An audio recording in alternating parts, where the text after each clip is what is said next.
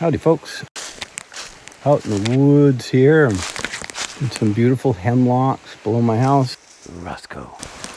I'm looking for roots.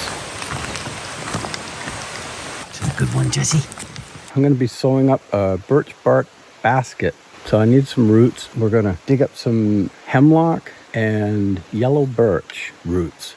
I've got one that I discovered here, digging around. Good start. Doesn't look like anything special, but when you smell it, you can smell that wintergreen, kind of like birch beer smell.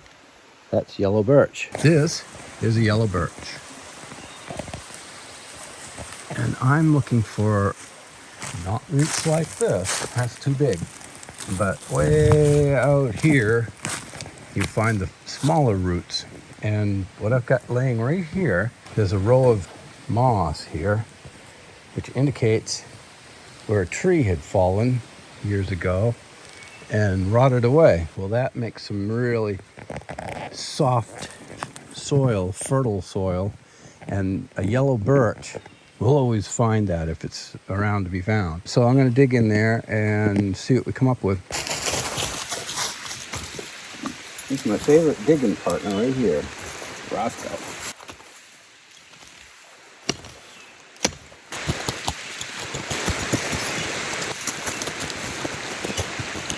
Once you lift one root up, you'll find a bunch more. This is a nice long root. These roots are what makes them so nice is that they don't taper a lot, so they're long and they're fairly uniform in thickness. And the bet would have been off. This, I believe, is a hemlock root. That's all right. Good as any. This is yellow birch. Smells so good I could eat it, but no better. It's very bitter. Most popular, I guess you'd say, roots that they talk about in regards to sewing on birch bark, like in canoes and whatnot, is black spruce. But I don't have any black spruce on my property, and like people have done for thousands of years, who knows how long, you make do with what you got. And around here, the best thing going is yellow birch and hemlock. So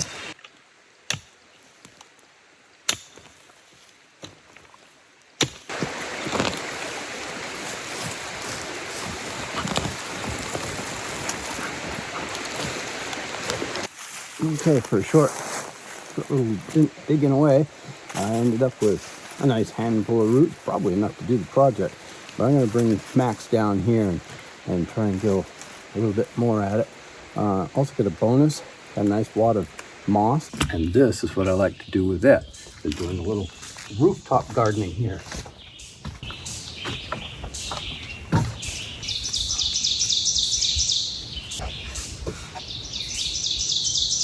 So I just planted that little geranium and built a little retaining wall to hold the soil back, and get little pockets of soil on here so I can plant some flowers.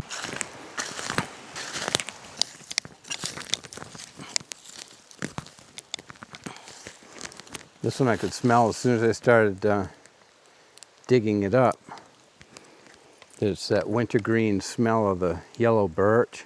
That's the one we're after.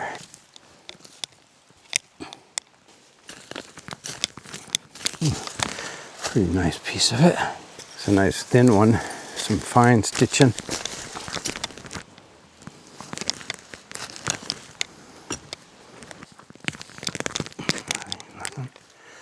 Yeah, so I should say this is a yellow birch or silver birch. These guys are the ones that produce the roots that we're looking for, one of the trees that we're looking for. You can tell when you've got roots from this particular tree, because when you scrape the bark off of it and you smell it, it smells that wintergreen smell, like kind of like birch beer. Really good smell.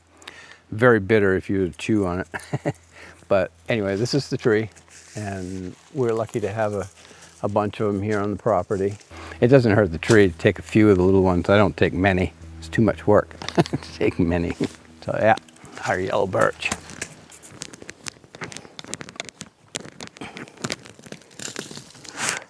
That'll be a nice size. Watch out, Roscoe.